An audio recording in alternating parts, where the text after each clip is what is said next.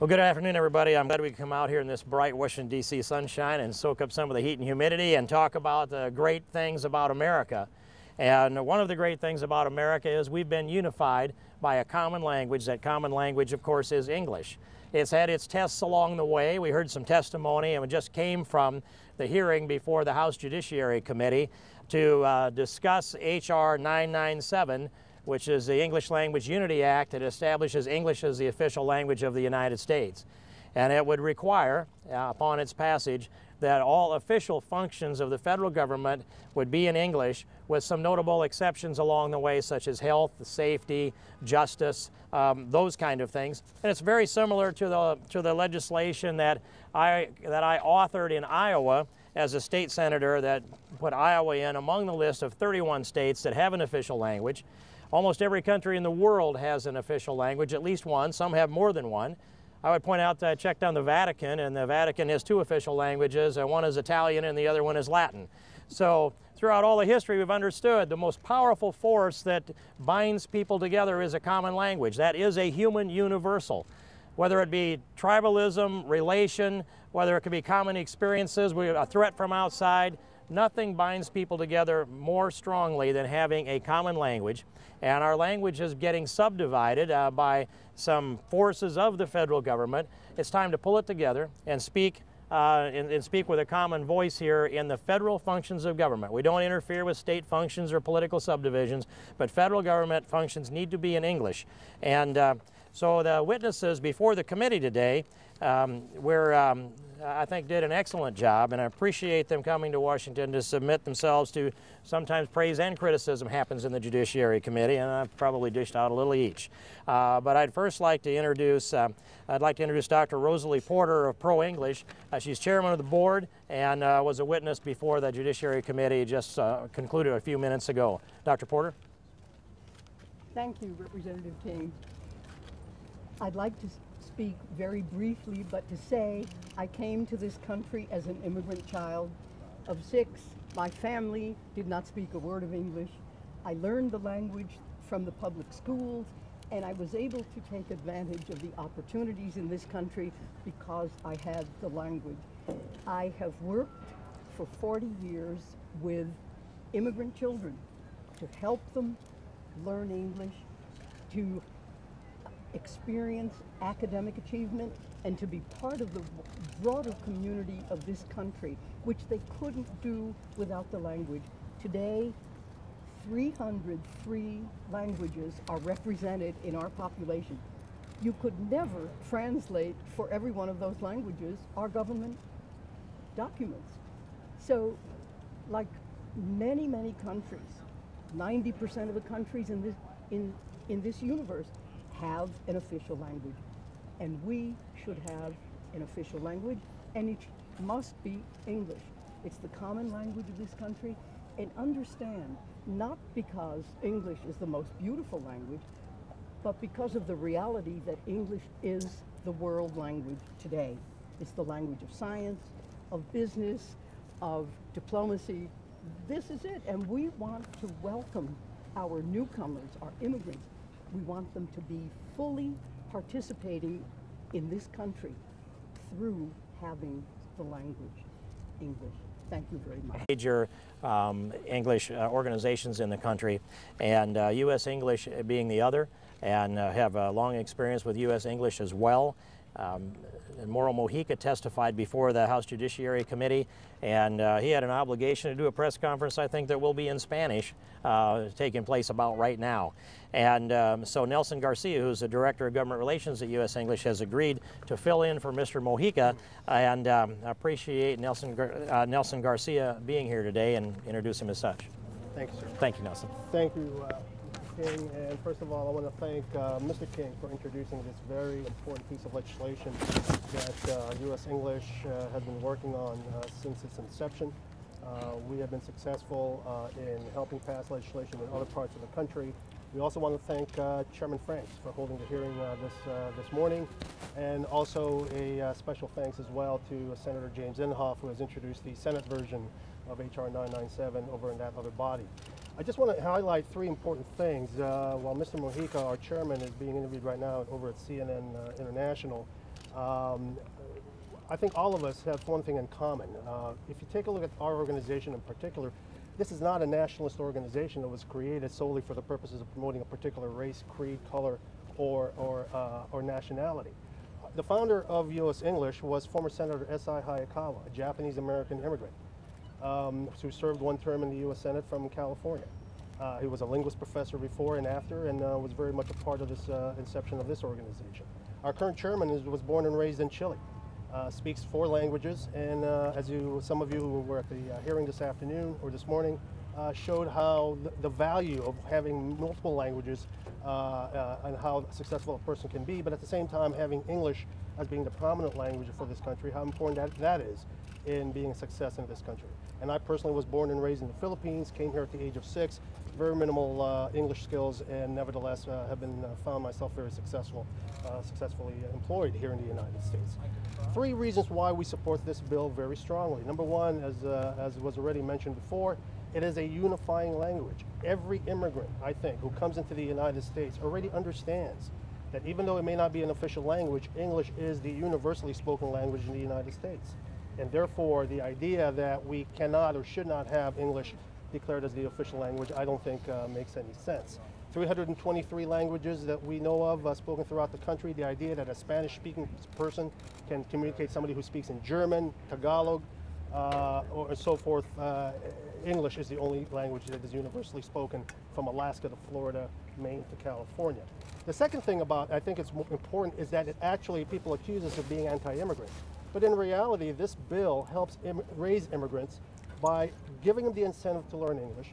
Because right now, I don't know of any body or person, especially those who have been critical of this bill, who have ever hired anybody in their offices, congressional offices, Fortune 500 company, advocacy groups, that spoke only that particular language and not English, and is willing to pay that person more than $50,000 per year, giving them full health benefits, giving them full retirement benefits. I don't know of any congressional office, especially on those who are critical of this bill, who have ever hired anybody that did not speak English in their staff. Because I'll tell you one thing, as a former congressional staffer, it doesn't work. You cannot have a Spanish or a Tagalog or a French-speaking person be your staff assistant, your legislative assistant, your legislative director, your chief of staff. In order for that person to be elevated to a position of economic status, you have to learn the language of this country. Unless you're satisfied with being a busboy or a janitor or somebody else who doesn't require a lot of proficiency in English, to me it doesn't make any sense why people continue to feel that by passing this bill you're actually helping immigrants out. And thirdly, I think for the economic cost for state and local governments, we all heard about the Civil Rights Act. It was a federal unfunded mandate that was placed upon states and localities, that all of a sudden they have to incorporate multilingual ballots, but the federal government never gave them any money to do so. And as a result, these states and localities have to find money at a time when they are looking for funds for schools, education, police, fire protection, to help fund their state and local governments, that they are required by the federal government to come up with multilingual ballots. So for those 3 very important reasons, I strongly believe, as we all do at U.S. English, that we strongly believe that this bill is important. We again thank Mr. King, Chairman Franks, Senator Inhofe, and all those 121 bipartisan co-sponsors over in the House and the 2 sponsors in the Senate for supporting this bill. Thanks so much. Thank you, Nelson.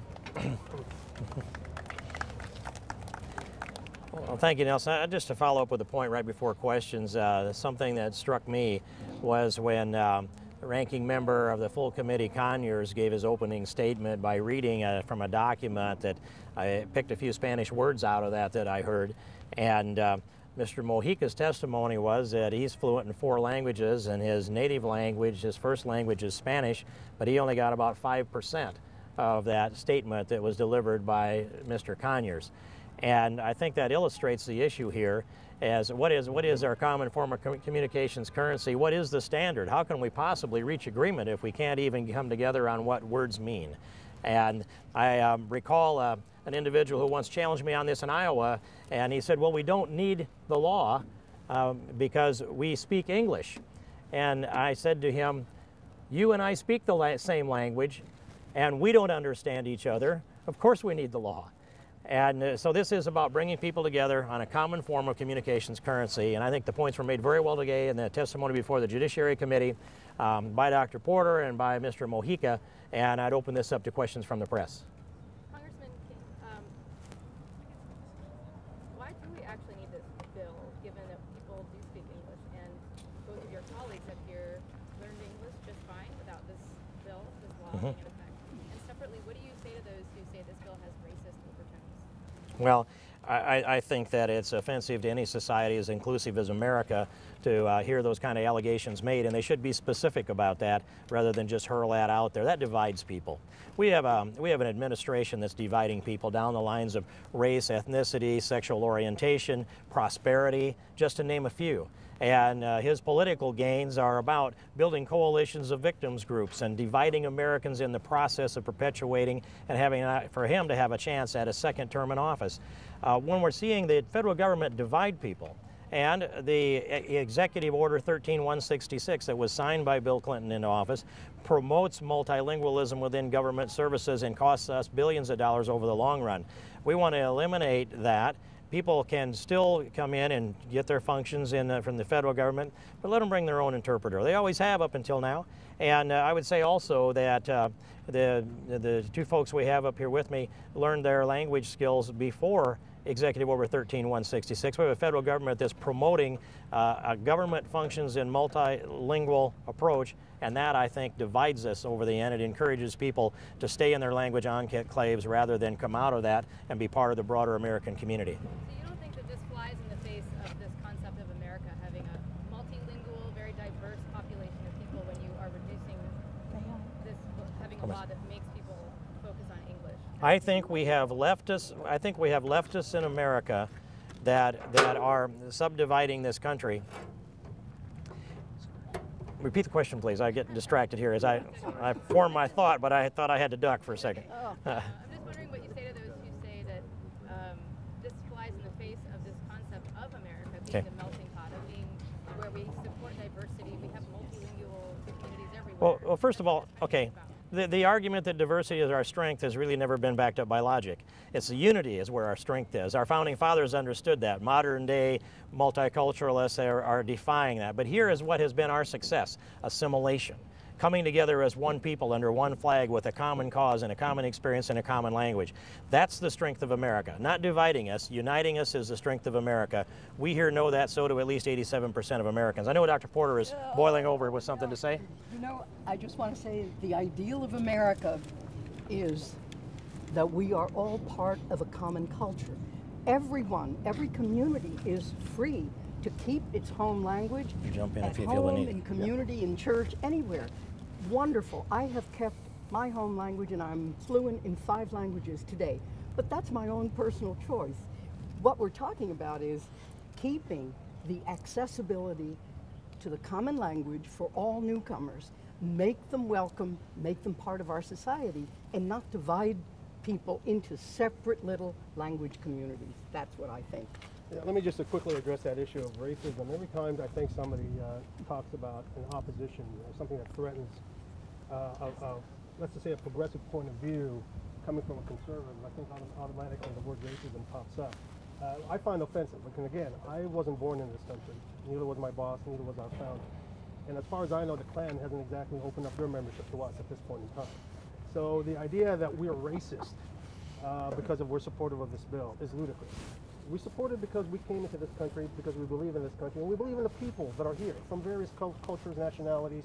I'm one of those people who love to travel and who love to experience culture, and there's no way in my mind that I would support any idea that we should not have a multicultural society here in the United States. That's not the point. But because of the multiculturalism in this country, we have to have a common language, and English is it.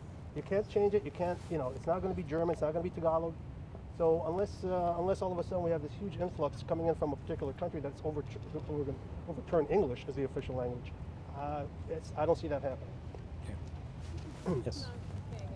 If you really wanted to get comprehensive with the bill, why don't you include corporations, which, as you know, have bilingualism? Obviously, every time we go to the ATM, etc., it's in a bunch of different languages. I'm wondering why you limited the legislation just to federal government. Well, because here is where we direct the federal government, and we have great respect for the private sector and for the decisions made by individuals, and whether they're individuals or whether they're corporations, I want to stay out of that. If it works for them in commerce to have an ATM just down the street, and you have to decide which language you want to do that in, okay, that's their choice. Now, if they offered me one where I didn't have to answer that question, I'm likely to stop there first. That's just me. But this is America, and it's part of the freedom of America to do business and commerce the way you like. We're not engaged in that, just the functions, the official functions of the federal government. Thanks. Anybody else? Going once, twice? You okay? Okay. I thank you all for being out here in the, yes, sir. Sorry, just a quick question. When was the legislation originally introduced? Do you remember the date in which the legislation was originally introduced? The date it was introduced. The legislation was introduced when, March? Oh gosh, earlier on, and I don't know the answer, the date that we introduced it, but sometime in the 112th Congress. Earlier this year, March, Yes. I believe, of this year. Okay. But previous sessions of Congress obviously has had Mr. that. King, what's the status of the legislation? Do you have a floor March- vote or anything? We don't know yet about the status. What we're hopeful is that we'll be able to get a markup in the Judiciary Committee. This gives us momentum, and now we'll see what the chairman thinks of that. You know I'll be asking. Thanks. I think that does it. Thank you very much for coming out in the heat. I appreciate it. Thank you, Dr. Porter. Oh, boy. Nice to be Listen, here to land a that blow was for America, isn't it, No, Nelson? Just did a